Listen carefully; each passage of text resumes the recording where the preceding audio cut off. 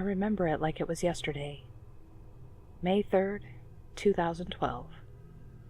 It was about 1 in the morning when I got woken up by my doorbell going off, which was weird, as in my subdivision no one's usually out after 10. Anyways, I put on my robe, yawned, and shuffled my way to the door. After the ringing stopped suddenly, I was a little annoyed as I had gotten up out of bed for nothing. Since I'm now awake, I decide to go surf the net for a little while. I end up on Reddit, reading No Sleep, and getting generally weirded out. I browse for a few more minutes and get up to make a snack.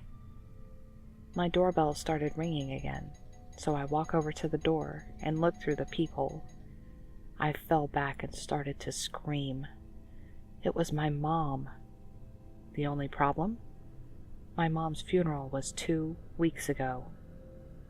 My mind instantly tried to justify how my mom could possibly be on my doorstep.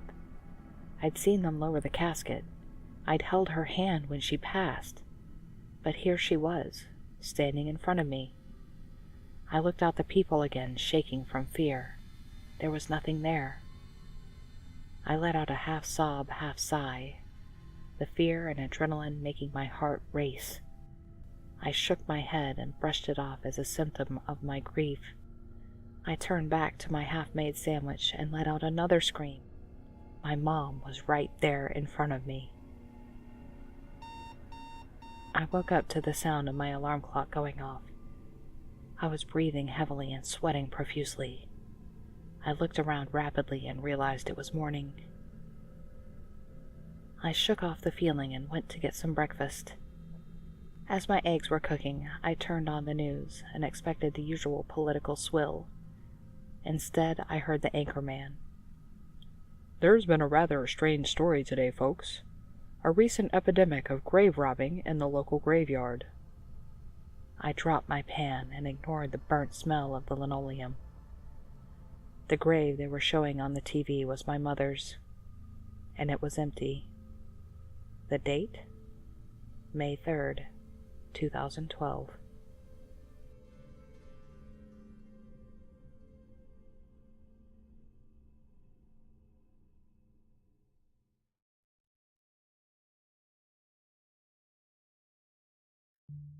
On every special day when I was growing up, my grandma would always place a few shiny pennies inside my coat pockets, for luck.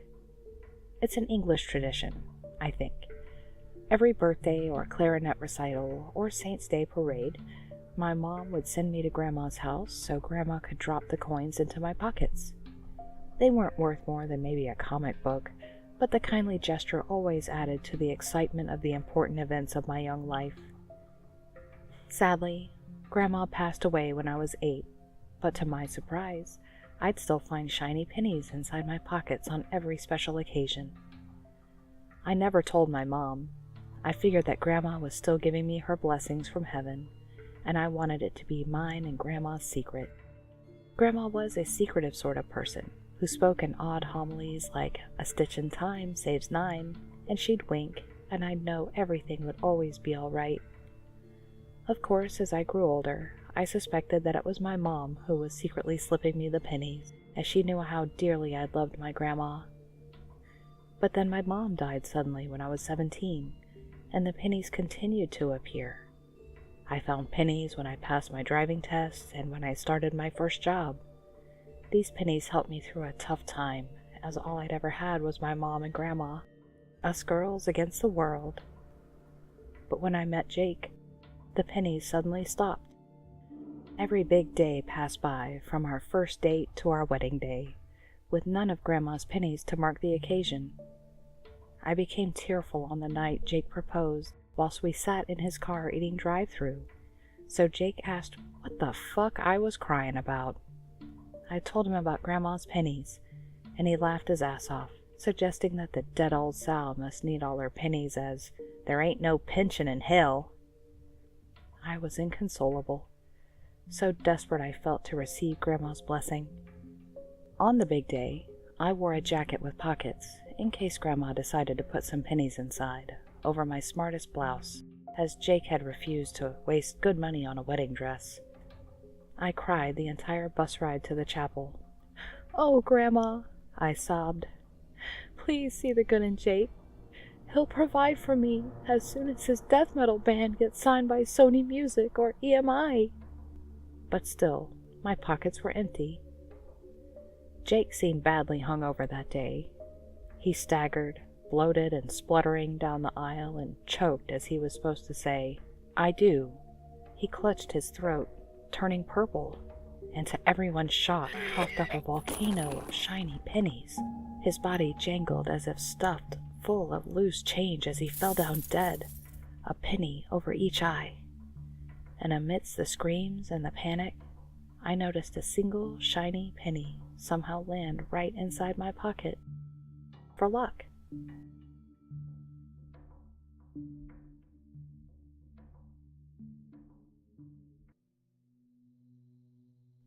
A single thought ran through my mind as I uttered the words, "I do."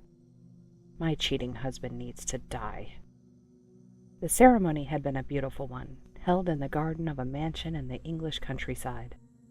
From the moment Harrison proposed, I knew I wanted that old house to be our special place, where I'd wed the man I'd loved so intensely for so long. And how did that bastard repay me for my commitment? By sleeping with a new tramp every time he left the house.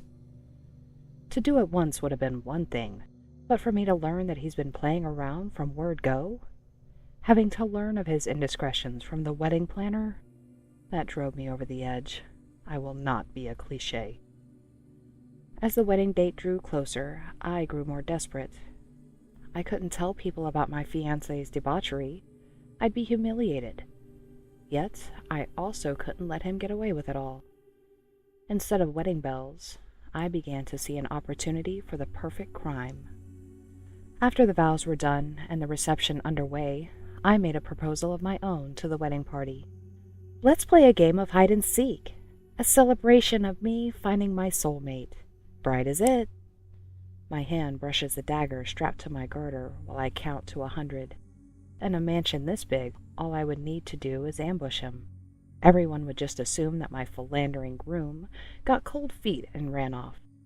One by one, I discovered the hiding party guests. Soon, there's only one player remaining, and one room left to search for him. Dagger clutched behind my back, I creep up the stairs to the mansion's attic. Harrison's pocket square dangles out of a wooden trunk in the back of the room, informing me of his location. I tiptoe to the container and raise the dagger over my head. "Farewell, you duplicitous bastard." I spring open the lid to see an empty trunk. From behind me, a pair of hands push me headfirst into the box. Looking up, I glimpse Harrison looming over me, a look of silent dismay on his face. "What are you doing?" I seethe. "You're supposed to be hiding." "Once a cheater, always a cheater," he replies grimly. Before I can scream for help, he slams the lid shut.